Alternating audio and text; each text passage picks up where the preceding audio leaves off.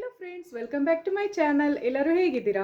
ನಾನು ನಿಮ್ಮ ತೇಜಸ್ವಿನಿ ಶ್ರೀನಿವಾಸ್. ಇವತ್ತಿನ ವ್ಲಾಗ್ನಲ್ಲಿ ನಾನು ಗೋಲ್ಡ್ದು ಹ್ಯಾಂಗಿಂಗ್ಸ್ದು ಕಲೆಕ್ಷನ್ ಬರುತ್ತಲ್ಲ, ಅಂದರೆ 3 ಗ್ರಾಮಿಂದ ಸ್ಟಾರ್ಟ್ ಆಗಿ 8 ಗ್ರಾಮ್ವರೆಗೂ ಬರುವಂತಹ ಬ್ಯೂಟಿಫುಲ್ ಕಲೆಕ್ಷನ್ನ ತೋರಿಸ್ತಾ ಇದ್ದೀನಿ. ಸೊ ಅದಾದಮೇಲೆ ಇದೇ ವ್ಲಾಗ್ನಲ್ಲಿ ನಾನು ಚಿನ್ನಕ್ಕೆ ಸಂಬಂಧಪಟ್ಟಂಗೆ ಕೆಲವು ಟಿಪ್ಸ್ನ ನಾನು ಈ ವಿಡಿಯೋದಲ್ಲಿ ಶೇರ್ ಮಾಡ್ತಾ ಇದ್ದೀನಿ.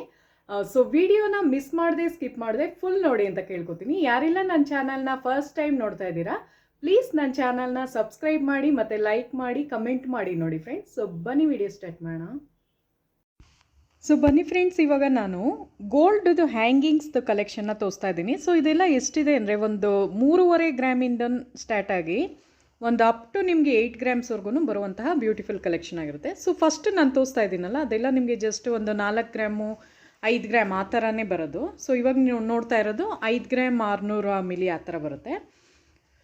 ಸೊ ಎಲ್ಲನೂ ಅಷ್ಟೇ. ಇದು ನೋಡಿ 6 ಗ್ರಾಮಲ್ಲಿದೆ. ಮತ್ತು ಈ ಒಂದು ಇದು ಹ್ಯಾಂಗಿಂಗ್ಸ್ದು ನೋಡಿ 5 ಗ್ರಾಮಲ್ಲಿ ಎಷ್ಟು ದೊಡ್ಡದಾಗಿ ಕಾಣುತ್ತೆ. ಇದೆಲ್ಲ ಮದುವೆಗಳಿಗೆಲ್ಲ ವೇರ್ ಮಾಡ್ಬೋದು, ಫಂಕ್ಷನ್ಸ್ಗಾಗಲಿ ಮದುವೆಗೆ ಎಲ್ಲನೂ ವೇರ್ ಮಾಡ್ಬೋದು. ಮತ್ತು ಈ ಒಂದು ಇಯರಿಂಗ್ ನೋಡಿ ತುಂಬಾ ಬ್ಯೂಟಿಫುಲ್ ಆಗಿದೆ. ಲೇಟೆಸ್ಟ್ ಕಲೆಕ್ಷನ್ ಇದು, ರಾಜಸ್ಥಾನಿ ಪ್ಯಾಟ್ರನಲ್ಲಿದೆ. ಇದು ವೈಟ್ ಕಲರ್ ಇದೆ, ರೆಡ್ ಇದೆ, ಮತ್ತು ಲ್ಯಾವೆಂಡರ್ ಕಲರ್ ಒಂಥರ ಡಿಫ್ರೆಂಟ್ ಆಗಿದೆ. ಇದೊಂದು 15 ಗ್ರಾಮಲ್ಲಿ ಬರುತ್ತೆ ಫ್ರೆಂಡ್ಸ್. 15 ಸ್ಟೋನೆಲ್ಲ ಲೆಸ್ ಆಗಿ ಒಂದು 13.5 ಗ್ರಾಮು 13 ಗ್ರಾಮ್ ಆಗುತ್ತೆ ನಿಮಗೆ. ಸೊ ಈ ಒಂದು ಓಲೆ ನೋಡಿ ಜಸ್ಟ್ ನಿಮಗೆ ಒಂದು 5 ಗ್ರಾಮಲ್ಲಿ ಬರುತ್ತೆ. ಸೊ ಎಲ್ಲನೂ ಅಷ್ಟೇ, ಇದು ಒಂದು 8 ಗ್ರಾಮ್ ಆಗುತ್ತೆ. 8 ಗ್ರಾಮ್ಸ್ವರೆಗೂ ಬರುವಂತಹ ಓಲೆ. ಒಂದೊಂದೂ ಬೇರೆ ಬೇರೆ ಡಿಸೈನಲ್ಲಿದೆ, ಅಂದರೆ ಬೇರೆ ಬೇರೆ ಡಿಸೈನಲ್ಲಾಗಿದೆ ಮತ್ತು ಬೇರೆ ಬೇರೆ ಪ್ಯಾಟ್ರನ್ನಲ್ಲಿ ತುಂಬಾ ಚೆನ್ನಾಗಿರುವಂತಹ ಯುನೀಕ್ ಡಿಸೈನ್ ಅಂತಲೇ ಹೇಳ್ಬೋದು. ಅಂದರೆ ಇದೆಲ್ಲ ಹಳೇದೇನೆ, ಬಟ್ ಬೇರೆ ಬೇರೆ ಥರ ಮಾಡಿದ್ದಾರೆ. ಇವಾಗೆಲ್ಲ ಇದೇ ಫ್ಯಾಷನ್ ಅಲ್ವಾ, ಬಾಂಬೆ ಡಿಸೈನಿಂಗ್ ಇನ್ನೂ ಚೆನ್ನಾಗಿರುತ್ತೆ ವೇರ್ ಮಾಡಿದ್ರೆ. ಸೊ ಇವತ್ತಿನ ಗೋಲ್ಡ್ ಪ್ರೈಸ್ ತುಂಬ ಜಾಸ್ತಿ ಆಗೋಗಿದೆ, 9700ವರೆಗೂ ರೀಚ್ ಆಗಿದೆ. ಸೊ ಅದಕ್ಕೇ ನಾನು ಹೇಳೋದು ಗೋಲ್ಡಿಗೆ ಜಾಸ್ತಿ ಇನ್ವೆಸ್ಟ್ ಮಾಡಿ ಅಂತ. ಸೊ ಗೋಲ್ಡಿಗೆ ಮಾಡಿದ್ರೆ ಯಾವತ್ತಿದ್ರೂ ಲಾಸ್ ಆಗೋಲ್ಲ. ಇದು ನೋಡಿ 5.5 ಗ್ರಾಮಲ್ಲಿ ಎಷ್ಟು ಬ್ಯೂಟಿಫುಲ್ ಆಗಿದೆ ಅಲ್ವಾ, ಒಂಥರ ಲೇಟೆಸ್ಟ್ ಮಾಡೆಲ್ ಅಂತಲೇ ಹೇಳ್ಬೋದು. ಒಂದು ಸ್ವಲ್ಪ ಯುನೀಕ್ಕಾಗಿ ಬೇಕು ಅನ್ನೋರು ಆ ಥರ ಟ್ರೈ ಮಾಡ್ಬೋದು. ಮತ್ತು ಇದು ನೋಡಿ ಡಿಸೈನ್ ಎಲ್ಲ ಬೇರೆ ಥರನೇ ಇದೆ.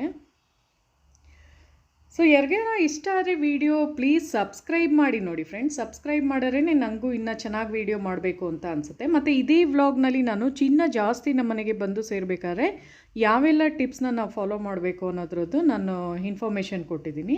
ಸೊ ಫುಲ್ ವಿಡಿಯೋ ವಾಚ್ ಮಾಡಿ, ಆವಾಗಲೇ ಗೊತ್ತಾಗುತ್ತೆ.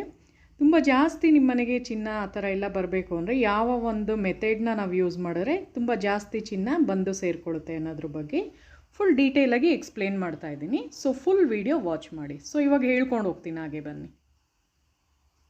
ಸೊ ಬನ್ನಿ ಫ್ರೆಂಡ್ಸ್, ಇವಾಗ ನಾನು ಮೊದಲನೇ ಟಿಪ್ ಹೇಳ್ತೀನಿ ನಿಮಗೆ. ಸೊ ಚಿನ್ನನ ನಾವು ಯಾವ ದಿನದಲ್ಲಿ ತಗೊಂಡ್ರೆ ತುಂಬಾ ಒಳ್ಳೆಯದು ಅಂತ. ಸೊ ನಿಮ್ಮೆಲ್ಲರಿಗೂ ಗೊತ್ತಿರೋಂಗೆ ಗೋಲ್ಡ್ ತಗೊಳ್ಳೋಕ್ಕೂ ಒಂದು ಆಸ್ಪಿಷಿಯಸ್ ಡೇ ಅನ್ನೋದು ತುಂಬ ಇರುತ್ತೆ. ಸೊ ಯಾವುದು ಈ ವರ್ಷದಲ್ಲಿ 2 ದಿನಗಳು ತುಂಬ ಆಸ್ಪಿಷಿಯಸ್ ಡೇ, ಅಂದರೆ ಶುಭ ದಿನಗಳು ಅಂತ. ಸೊ ಯಾವ್ದು ಅಂದರೆ ಒಂದು ಅಕ್ಷಯ ತೃತೀಯ ಬರುತ್ತೆ, ಮತ್ತು ಇನ್ನೊಂದು ಧನ್ತೆರಸ್ ಫೆಸ್ಟಿವಲ್ ಅಂತ. ಅಂದರೆ ದೀಪಾವಳಿ ದಿನ ನಾವೇನು ಒಂದು ಲಕ್ಷ್ಮೀ ಪೂಜೆ ಮಾಡ್ತೀವಲ್ಲ, ಅದಕ್ಕೆ ಧನ್ತೆರಸ್ ಅಂತಾರೆ. ಸೊ ಆ ಟೈಮಲ್ಲಿ ನಾವು ಗೋಲ್ಡನ್ನ ತಗೊಂಡು ಲಕ್ಷ್ಮೀ ದೇವ್ರ ಮುಂದೆ, ಅಂದರೆ ಗೋಧೂಳಿ ಸಮಯದಲ್ಲಿ ಇಟ್ಟು ಪೂಜೆ ಮಾಡೋದ್ರಿಂದ ತುಂಬಾ ಚೆನ್ನಾಗಿ ಚಿನ್ನ ಅಭಿವೃದ್ಧಿ ಆಗುತ್ತೆ ಅಂತ ಅರ್ಥ. ಬರೀ ಚಿನ್ನ ಅಂತ ಅಲ್ಲ, ದುಡ್ಡು ಕಾಸು ನಮ್ಮ ಮನೆಗೆ ತುಂಬ ಚೆನ್ನಾಗಿ ಅಭಿವೃದ್ಧಿ ಆಗುತ್ತೆ ಅಂತ. ಅಂದರೆ ಲಕ್ಷ್ಮೀ ದೇವ್ರದ್ದು ಒಂದು ಇದು ವೆಲ್ಕಮ್ ಆಗುತ್ತೆ ಮನೆಗೆ ಅಂತ. ಏನು ಗೊತ್ತಾ, ಲಕ್ಷ್ಮೀ ದೇವರು ಸ್ಥಿರವಾಗಿ ನಿಲ್ಲಬೇಕು ಅಂತ ಹೇಳ್ತಾರಲ್ಲ, ಸ್ಥಿರವಾಗಿ ನಿಲ್ಲಬೇಕು ಅಂದರೆ ನಮಗೆ ಈ ಥರದ್ದೆಲ್ಲ ಮಾಡಬೇಕು, ಆವಾಗಲೇ ಅದು ನಿಲ್ಲಕ್ಕೆ ಸಾಧ್ಯ. ಸೊ ಅದಕ್ಕೆ ಹೇಳಿದ್ದು, ಫಸ್ಟ್ ಆಫ್ ಆಲ್ ಮನೆಯಲ್ಲಿ ಯಾವಾಗಲೂ ನೀಟಾಗಿ ಇಟ್ಕೊಂಡಿರಬೇಕು. ಪ್ಲಸ್ ಇನ್ನೊಂದೇನು ಅಂದರೆ ಗಂಡಸರು ಹೆಂಗಸರಿಗೆ ಬೈಬಾರ್ದು, ಫಸ್ಟ್ ಮೇನ್ ಪಾಯಿಂಟೇ ಅದು. ಬಿಕಾಸ್ ಎಲ್ಲಿ ಅದು ತುಂಬ ಗಲಾಟೆಗಳಿರುತ್ತೋ ಮತ್ತು ಗಲೀಜಿರುತ್ತೋ ಅಲ್ಲಿ ಲಕ್ಷ್ಮೀ ದೇವ್ರು ಬಂದು ನೆಲೆಸಲ್ಲ.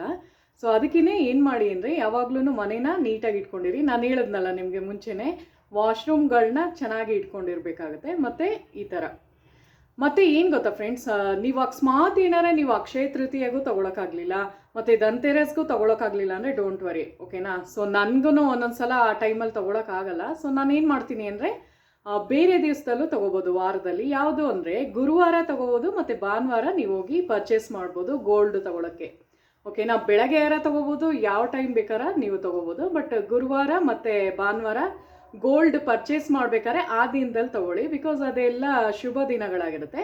ಮತ್ತು ಇನ್ನೊಂದೇನು ಅಂದರೆ ಪುಷ್ಯ ನಕ್ಷತ್ರ ಯಾವ್ದಾರ ವಾರದಲ್ಲಿ ಯಾವುದೇ ಇದರಲ್ಲಿ ಬಂದ್ರೂ ಪುಷ್ಯ ನಕ್ಷತ್ರದಲ್ಲಿ ತೊಗೊಳ್ಳಿ, ಅದು ಒಳ್ಳೆಯ ದಿನ, ಆಸ್ಪಿಷಿಯಸ್ ಟೈಮ್ ಆಗಿರುತ್ತೆ ಅದು. ಸೊ ಓಕೆನಾ, ಆ ಥರ. ಸೊ ಆ ಟೈಮಲ್ಲಿ ನಾವು ತೊಗೊಳೋದ್ರಿಂದ ಒಳ್ಳೇದು ಅಂತ. ಬಟ್ ಯಾವುದೇ ಕಾರಣಕ್ಕೂ ಶನಿವಾರ ಮಾತ್ರ ನೀವು ಗೋಲ್ಡನ್ನು ಪರ್ಚೇಸ್ ಮಾಡಬಾರ್ದು. ಶನಿವಾರ ಏನಾರ ನೀವು ಗೋಲ್ಡ್ ಪರ್ಚೇಸ್ ಮಾಡ್ತೀರಾ ಅಂದ್ಕೊಳ್ಳಿ, ಸೊ ಅವಾಗ ಏನಾಗುತ್ತೆ ಅಂದರೆ ದುಡ್ಡು ಕಾಸಿಗೆ ಸ್ವಲ್ಪ ಕಷ್ಟ ಆಗಿಬಿಡುತ್ತೆ. ಚಿನ್ನ ತೊಗೊಳಕ್ಕೆ ಹೋಗ್ತೀರಲ್ವ, ಸೊ ಮನೆಯದು ದುಡ್ಡು ಕಾಸು ಆರ್ಥಿಕತೆ ಅಂತಾರಲ್ಲ, ಸೊ ಅದೆಲ್ಲ ಒಂದು ಸ್ವಲ್ಪ ಪ್ರಾಬ್ಲಮ್ ಆಗುತ್ತೆ.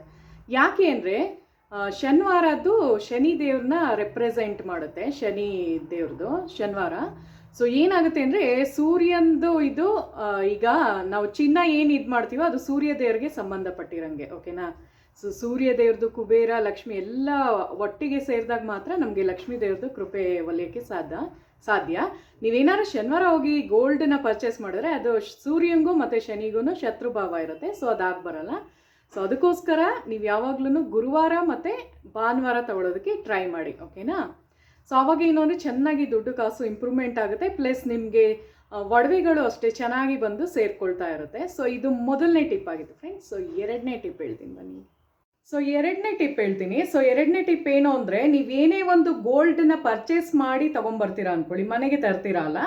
ಸೊ ನಾನು ಹೇಳಿದ್ನಲ್ಲ, ಗುರುವಾರ ಅಥವಾ ಭಾನುವಾರ ತೊಗೊಂಡ್ರೆ ತುಂಬ ಒಳ್ಳೆಯದು. ನಿಮಗೆ ಜಾಸ್ತಿ ಇನ್ಕ್ರೀಸ್ ಆಗಬೇಕು ಅಂದರೆ ಆ ದಿನದಲ್ಲಿ ತೊಗೊಂಡ್ರೆ ಚಿನ್ನ ಇನ್ನೂ ಜಾಸ್ತಿ ಸೇರ್ತಾ ಇರುತ್ತೆ.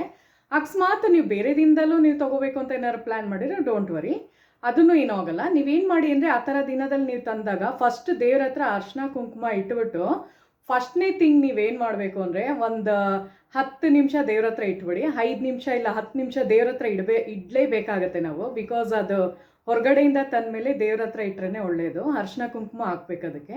ಸೊ ಅದಾದಮೇಲೆ ಏನು ಮಾಡಿ ಅಂದರೆ ಹಂಗೆ ತೊಗೊಂಡೋಗಿ ಅಲ್ಮೇರದಲ್ಲಿ ಇಡಬಾರ್ದು. ತುಂಬ ಜನ ಈ ತಪ್ಪನ್ನ ಮಾಡ್ತೀರಾ. ಸೊ ಏನಕ್ಕೆ ಅಂದರೆ ಫಸ್ಟ್ ನೀವು ಅದನ್ನು ವೇರ್ ಮಾಡಬೇಕು.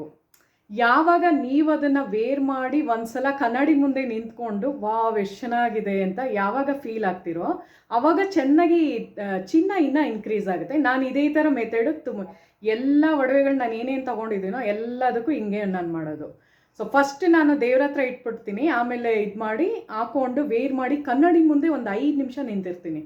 ಸೊ ಆ ಥರ ಚೆನ್ನಾಗಿ ಗ್ರ್ಯಾಟಿಟ್ಯೂಡ್ನ ವ್ಯಕ್ತಪಡಿಸ್ಬೇಕು ನಾವು. ಥ್ಯಾಂಕ್ ಯು ಯೂನಿವರ್ಸ್ ನಮ್ಗೆ ಇದೆಲ್ಲ ಕೊಟ್ಟಿರೋದಕ್ಕೆ ತುಂಬ ಥ್ಯಾಂಕ್ಸ್ ಅಂತ, ಓಕೆನಾ. ಸೊ ಇಷ್ಟು ಬ್ಯೂಟಿಫುಲ್ ಆಗಿದೆ ಅಲ್ವಾ, ತುಂಬಾ ಥ್ಯಾಂಕ್ಸ್ ಅಂತ ಆ ಥರ ಹೇಳ್ಕೊಂಡಾಗ ಏನಾಗುತ್ತೆ ಅಂದರೆ ಅದು ಇನ್ನೂ ನಮಗೆ ಜಾಸ್ತಿ ಸಿಗಂಗೆ ಮಾಡುತ್ತೆ.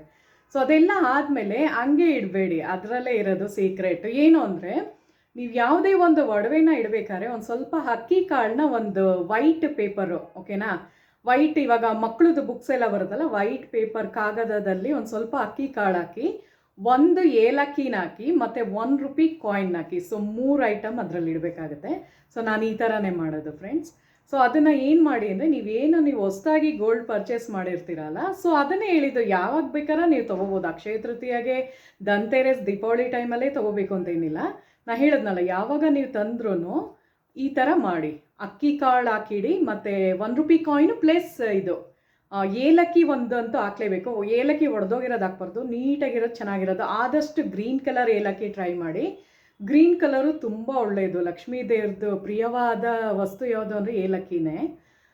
ಸೊ ಆ ಥರ, ಓಕೆನಾ.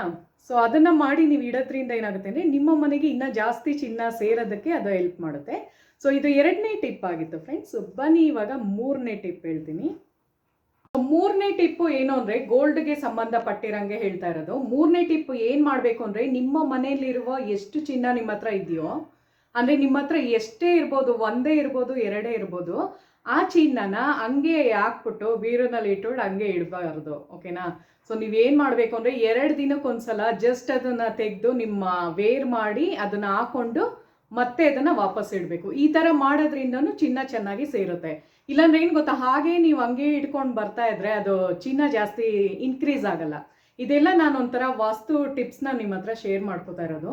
ಸೊ ಇದೆಲ್ಲ ಏನು ಗೊತ್ತಾ ಫ್ರೆಂಡ್ಸ್, ನಾವು ಯಾವಾಗ ಅದನ್ನು ಹಾಕ್ಕೊಂಡು ಫೀಲ್ ಮಾಡ್ತೀವೋ ಒಂದು ಎನರ್ಜಿ ಬರುತ್ತೆ, ಅದು ಅದ್ರ ಮೇಲೆ ಆಸಕ್ತಿ ಮೂಡುತ್ತಲ್ವ. ಸೊ ಅವಾಗ ಇನ್ನೂ ಜಾಸ್ತಿ ಅದ್ರ ಮೇಲೆ ನಮಗೆ ತಗೋಬೇಕು ಅನ್ನೋದು ಒಂದು ಇಂಟ್ರೆಸ್ಟ್ ಬೆಳೀತಾ ಹೋಗುತ್ತೆ. ನೀವು ಅದು ತಗೊಳ್ಬೇಕು ಅಂತ ಜಸ್ಟ್ ಅದನ್ನು ವೇರ್ ಮಾಡಿ ನೀವು ಖುಷಿ ಪಟ್ಟಾಗೂ ಅದು ರೀಚ್ ಆಗುತ್ತೆ ಯೂನಿವರ್ಸ್ಗೆ. ಸೊ ಇದೆಲ್ಲ ಒಂಥರ ಟಿಪ್ಸ್ ನಾನು ಹೇಳ್ಕೊಡ್ತಾ ಇರೋದು. ಸೊ ನಾನು ಇದೇ ಥರ ಮಾಡ್ತಾ ಇದ್ದೀನಿ. ನಾನು ಹೇಳಿದ್ನಲ್ಲ, ಮುಂಚೆ ಎಲ್ಲ ನನಗೆ ಕಡಿಮೆ ದುಡ್ಡು ಇರುವಾಗ್ಲೂ ನಾನು ಈ ಥರನೇ ಎಲ್ಲ ಮೆಥಡ್ ಫಾಲೋ ಮಾಡಿ ಜಾಸ್ತಿ ಚಿನ್ನ ತೊಗೊಳಕ್ಕೆ ಆಯಿತು ನನ್ನ ಕೈಲಿ. ಸೊ ಆ ಥರ ಫ್ರೆಂಡ್ಸ್, ಓಕೆನಾ. ಸೊ ಏನು ಮಾಡಿದರೆ ನಿಮ್ಮ ಹತ್ರ ಯಾವ ಒಡವೆ ಇದ್ರೂ ಪರವಾಗಿಲ್ಲ, ಅದನ್ನು ಹಾಕೊಳ್ಳಿ, ಕನ್ನಡಿ ಮುಂದೆ ನಿಂತ್ಕೋಬೇಕು. ಮೇನ್ ಥಿಂಗ್ ಅದೇನೆ, ಕನ್ನಡಿ ಮುಂದೆ ನಿಂತ್ಕೊಳ್ಳಿ, ಖುಷಿಯಾಗಿ ಫೀಲ್ ಮಾಡಿ. ಯಾವುದೇ ಒಂದು ಇರ್ಬೋದು, 2 ದಿನಕ್ಕೊಂದ್ಸಲ ಮಾಡಿ. ಇಲ್ಲ ನಿಮಗೆ ಇಷ್ಟ ಆದರೆ ಡೈಲಿ ಮಾಡ್ಬೋದು. ನಾನು ತುಂಬ ಕ್ರೇಜ್ ಇತ್ತಲ್ಲ, ಮುಂಚೆ ಎಲ್ಲ ಡೈಲಿ ಥರನೂ ಮಾಡ್ತಾಯಿದ್ದೆ. ಬಟ್ ವಾರದಲ್ಲಿ 2-3 ಸಲ ಅಂತೂ ಈ ಥರ ಮಾಡಿ ನೀವು, ಓಕೆನಾ? ಸೊ ಎಷ್ಟಾರ ಇರ್ಬೋದು, ಸೊ ಆ ಥರ ಮಾಡಿ. ಸೊ ವೇರ್ ಮಾಡಿ ಕನ್ನಡಿ ಮುಂದೆ ನಿಂತ್ಕೊಂಡು ಖುಷಿ ಪಟ್ಬಿಟ್ಟು ಆಮೇಲೆ ಮತ್ತೆ ಇಡಬೇಕಾಗುತ್ತೆ. ಸೊ ಈ ಥರ ಮಾಡೋದ್ರಿಂದನೂ ನಿಮ್ಮದು ಚಿನ್ನ ಇನ್ಕ್ರೀಸ್ ಆಗುತ್ತೆ. ಸೊ ಇನ್ನೊಂದು ಹೇಳಬೇಕು ನಾನು ನಿಮಗೆ, ನಿಮ್ಮ ಮನೆಯ ವಸ್ತುಗಳು ಯಾವುದೇ ಆಗಿರ್ಬೋದು, ಟೇಬಲ್ ಆಗಿರ್ಬೋದು, ಕುರ್ಚಿ ಆಗಿರ್ಬೋದು, ಸೋಫಾ ಸೆಟ್ ಆಗಿರ್ಬೋದು, ನೀವೇನು ಮಾಡಿ ಅಂದರೆ ಜಸ್ಟ್ ಅದೆಲ್ಲ ಅದಕ್ಕೂ ಒಂಥರ ಎನರ್ಜಿ ಇರುತ್ತೆ ಅದರಲ್ಲೂ. ಜಸ್ಟ್ ಹಿಂಗೆ ಟಚ್ ಮಾಡಬೇಕು ಅದನ್ನು, ಓಕೆನಾ? ಸುಮ್ಮನೆ ಹಿಂಗೆ ಅಲ್ಲಾಡಿಸಿ, ಅವಾಗವಾಗ ಹಿಂಗೆ ಅಲ್ಲಾಡಿಸ್ತಾ ಇರಿ. ಆಮೇಲೆ ಎಲ್ಲ ನೀಟಾಗಿ ಧೂಳೆಲ್ಲ ಕ್ಲೀನ್ ಮಾಡ್ತಾ ಇರಿ, ವಿಂಡೋಸ್ ಹತ್ರ ಎಲ್ಲನೂ ಅಷ್ಟೇ. ಈವನ್ ನೀವು ಅಲ್ಮೇರಾದಲ್ಲಿ ನಿಮ್ಮ ಬಟ್ಟೆಗಳಿರುತ್ತಲ್ಲ ಅದನ್ನು ಅಷ್ಟೇ ಅವಾಗವಾಗ ಟಚ್ ಮಾಡ್ತಾ ಇರಿ ಸುಮ್ಮನೆ. ಸೊ ಇದೆಲ್ಲ ಒಂಥರ ಟ್ರಿಕ್ ನಾನು ಹೇಳ್ಕೊಡೋದು. ಸೊ ಏನು ಅಂದರೆ ಅದೆಲ್ಲ ಒಂದು ಸ್ವಲ್ಪ ಬಟ್ಟೆಗಳು ಹಾಗೆ ಬಿಡಬಾರ್ದು. ಈವನ್ ನೀವು ರೇಷ್ಮೆ ಸ್ಯಾರೀಸ್ ಏನೇ ಇಟ್ಟಿದ್ರು ಸುಮ್ಮನೆ ಅದು ನೀವು ಉಡಲ್ಲ, ನನಗೂ ಗೊತ್ತು, ನಾನು ಮಾಡಲ್ಲ ಅದೆಲ್ಲ. ಫಂಕ್ಷನ್ಸ್ ಇದ್ರೆ ಮಾತ್ರ ಉಡೋದಲ್ವ. ಸೊ ನೀವು ಜಸ್ಟ್ ಏನು ಮಾಡಿ ಅಂದರೆ ಅದನ್ನೆಲ್ಲ ತೆಗೆದು ಕೆಳಗಿಡಿ, ಮತ್ತೆ ಬೀರುನಲ್ಲಿ ಜೋಡಿಸಿ ಅಂದರೆ ಎಲ್ಲ ಕಿತ್ತಾಕೋದು ಅಂತ ನಾನು ಹೇಳ್ತಾ ಇಲ್ಲ ಫ್ರೆಂಡ್ಸ್. ಜಸ್ಟ್ ಅದನ್ನು ತೆಗೆದು ಕೆಳಗಡೆ ಚಾಪೆ ಮೇಲಿಡಿ, ಮಂಚದ ಮೇಲೆ ಇಡಕ್ಕೆ ಹೋಗ್ಬೇಡಿ ಸ್ಯಾರೀಸ್ ಎಲ್ಲ. ಸೊ ಜಸ್ಟ್ ಕೆಳಗಡೆ ಒಂದು ಚಾಪೆ ಹಾಕ್ಬಿಟ್ಟು ಕೆಳಗಡೆ ಇಡಿ, ಮತ್ತೆ ಅದನ್ನು ತೆಗೆದು ಮೇಲ್ಗಡೆ ಇಡಿ. ಈ ಥರ ಮಾಡೋದ್ರಿಂದನೂ ಲಕ್ಷ್ಮೀ ದೇವರು ಇದು ಕೃಪೆ ನಿಮ್ಗೆ ಒಲಿಯುತ್ತೆ, ಅಂದರೆ ಚೆನ್ನಾಗಿ ದುಡ್ಡು ಕಾಸು ಇಂಪ್ರೂವ್ಮೆಂಟ್ ಆಗುತ್ತೆ ನಿಮ್ಮ ಮನೇಲಿ. ಸೊ ಓಕೆನಾ? ಸೊ ಇವತ್ತಿನ ವ್ಲಾಗ್ನಲ್ಲಿ 3 ಟಿಪ್ಸ್ನ ನಾನು ಶೇರ್ ಮಾಡ್ಕೊಂಡಿದ್ದೀನಿ. ಸೊ ಮುಂದಿನ ವಿಡಿಯೋದಲ್ಲಿ ಇದೇ ಥರ ಒಳ್ಳೆಯ ಮಾಹಿತಿನೇ ನಾನು ಕೊಡ್ತೀನಿ. ಸೊ ವಿಡಿಯೋ ಇಷ್ಟ ಆದರೆ ಹಾಗೆ ಹೋಗಬೇಡಿ, ಜಸ್ಟ್ ಒಂದು ಲೈಕ್, ಕಮೆಂಟು ಮತ್ತು ಸಬ್ಸ್ಕ್ರೈಬ್ ಮಾಡಿ ಹೋಗಿ. ಸೊ ಮುಂದಿನ ವಿಡಿಯೋದಲ್ಲಿ ಸಿಗೋಣ. Thank you so much.